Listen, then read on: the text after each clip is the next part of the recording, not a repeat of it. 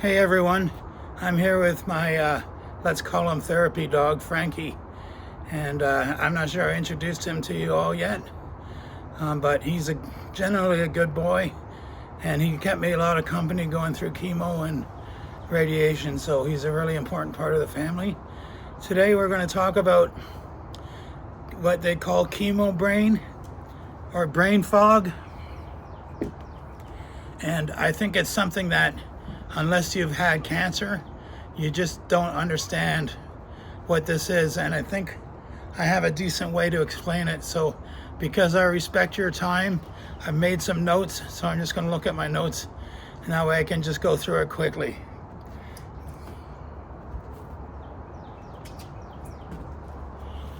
So if you want to imagine what it's like to have cancer brain fog, here's how I want you to think about it, okay?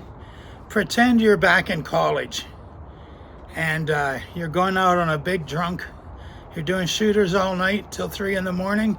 You stumble home, you stumble into bed, and that's great. And then your alarm goes off at 4:30 and you're still half drunk, and now you're hungover because you slept a bit. So you're not walking stable because the alcohol still has you a little drunk.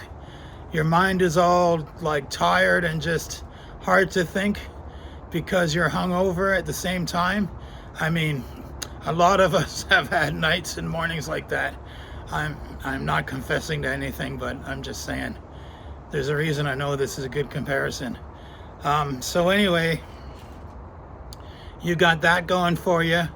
Now just imagine that same feeling, but it's a few years later and you're a parent, and you get up and you just get a coffee in your hand and you're feeling that way. And then one of your kids comes to you in grade 10 and says, "Hey Dad, my math homework's due today. I'm really stuck on these problems." So he's got like 5 math problems, and now you're a little bit drunk and you're just completely exhausted mentally and physically, and you're trying to figure a way through these math problems of stuff you haven't worked on in like 10 years since you were back in grade whatever your kid is in. So you're trying to do that. I mean, if with the brain fog, chemo fog, it feels that way on even simpler things. Like for example, when my family was closing up the pool for the winter, I was trying to walk them through it, and it was as difficult as doing a challenging math problem from grade 12 that I haven't done in 30 years. The other thing too is the more you have to think, the quicker you get tired. And the problem with the brain fog is your whole body gets fatigued, not just your thinking. So you get that hangover feeling, you'll just finally get rid of it. And then you'll get in a big long conversation where you have to do a lot of active listening, possibly explaining concepts. And the brain fog slowly starts to return. And then as soon as that conversation ends, bang, it just comes on full blast again. And that's honestly what happens. And after a while you see a pattern to it. Like for me at work, I ask all meetings be scheduled 45 minutes or less, and it's a hard stop because I know after 45 minutes, if I go beyond that, I'm not going to be in shape to get anything done the rest of the day because the brain fog will be too hard. So for me, video meetings really set off my brain fog. And when the brain fog is there, it just affects your whole body. It affects your balance when you're walking. You're more likely to trip on stairs or carpets or things like that. So just imagine that feeling, like I said, of being hungover but still a little bit drunk. And that's brain fog or chemo brain right there. Okay, so it affects your balance. Fatigue, you feel it through your whole body. If you can go get a nap for an hour or something like that, it kind of seems to reset the brain fog. So that's something that I call proactive napping. So if I have a meeting scheduled, sometimes if I can, I go try to have a nap before the meeting, even if it's only half an hour. It just seems like if I manage to get to sleep, it resets my brain somewhat. So like I said, active listening is tired. Now the steroids I'm on, like dexamethasone, prednisone, these kind of corticosteroids, you'll find they can either help your brain fog or make it worse, depending on why you're on them. So that's a good conversation to have with your doctor or oncologist, because the dexamethasone at a certain dose really makes me foggy, affects my whole body. But under a certain dose, I mean, it's okay, but going too low at the wrong time can cause your brain swelling, you know, to get worse, and which is only going to like give you a ton more brain fog than if you just took the steroids. So make sure you just follow your medical team's advice after they do your scans and see where you're at. Active listening, like I said, is tiring.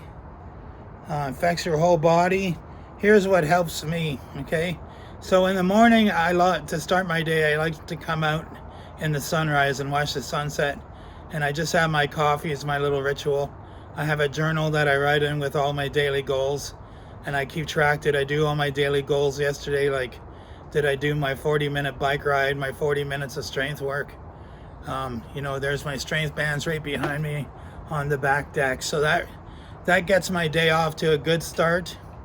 And then, so that helps with the brain fog, at least first thing in the morning. And then it gives me about 2 hours at my desk working where I'm just fine. So I try to schedule my meetings in the morning if possible, because I'm most fresh at that time. What else has helped me? Just sunshine and fresh air. Going for walks. Going for walks, I recommend it even when you have the brain fog. I recommend doing your strength and cardio even with the brain fog, because what you're doing is you're teaching your body, your adrenal glands to fire a bit anyway. Like, that's my pet theory. So if I have brain fog, I do my exercise anyway. And especially the low level easy cardio, I find clears up the brain fog shortly after. And I'll get a couple extra good hours during the day just by doing my, what they call an under desk bike, which is very low. I mean, my heart rate's only about 75 when I do it. I'll do it for like 30-40 minutes, but my resting heart rate is only like 40. So 75 heart rate for me to work out is definitely an increased heart rate. So car rides help. Like I said, coffee doesn't do a whole lot. I drink coffee more for pleasure. Daily cardio and strength, these things help. And making sure that if you're on the steroid, that you're working with your doctor to find the right dose, so you're not going too far one way and too far in the other. I recommend seeking the minimum effective dose. I think that's good policy no matter what medication you get put on. Minimum effective dose. So anyway, if you got this far, thanks for watching. I hope you understand now what we deal with. I mean, the brain fog will come on, you know, an hour at a time. Let's say some days you'll get like an hour and then a half hour of more clearness, and it'll just come and go and come and go. And sometimes it'll just stay all evening long or all afternoon long or all morning long. And during those times, like when my wife has something to discuss with me that's really important, my brain fog's really bad, I'll just say, listen, my brain fog's really bad at the moment. Give me 20 minutes to relax, and I'll just relax and listen to my music. That helps me. That just helps me just focus on my music and listen to it. And then when I'm relaxed and feeling more clear, then I'll say, okay, let's talk about that thing you wanted to discuss. Because when your brain fog is really bad, the worst thing you can do is just keep going. Like, be a little selfish. Just say, I need 10 minutes to recover. My brain is really fogged up right now. Because if you don't, you're going to end up getting like anxiety.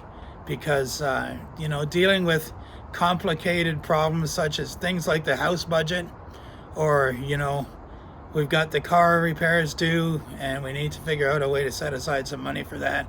I mean, I'm okay that way, but like these kind of pressures in daily life, don't be afraid to say, listen, honey, going forward, I'm going to ask you sometimes when you want to talk to me just to give me 10 or 15 minutes because I'm in a bad brain fog. And since she's done that, I mean, we've been able to communicate so much better. So it's really helped us. So I hope it helps you if you're a couple, if you're someone with cancer and your caregiver is your spouse. I hope that helps you too. You can have the same conversation with your teenagers as well. I'm so glad that you watched my video.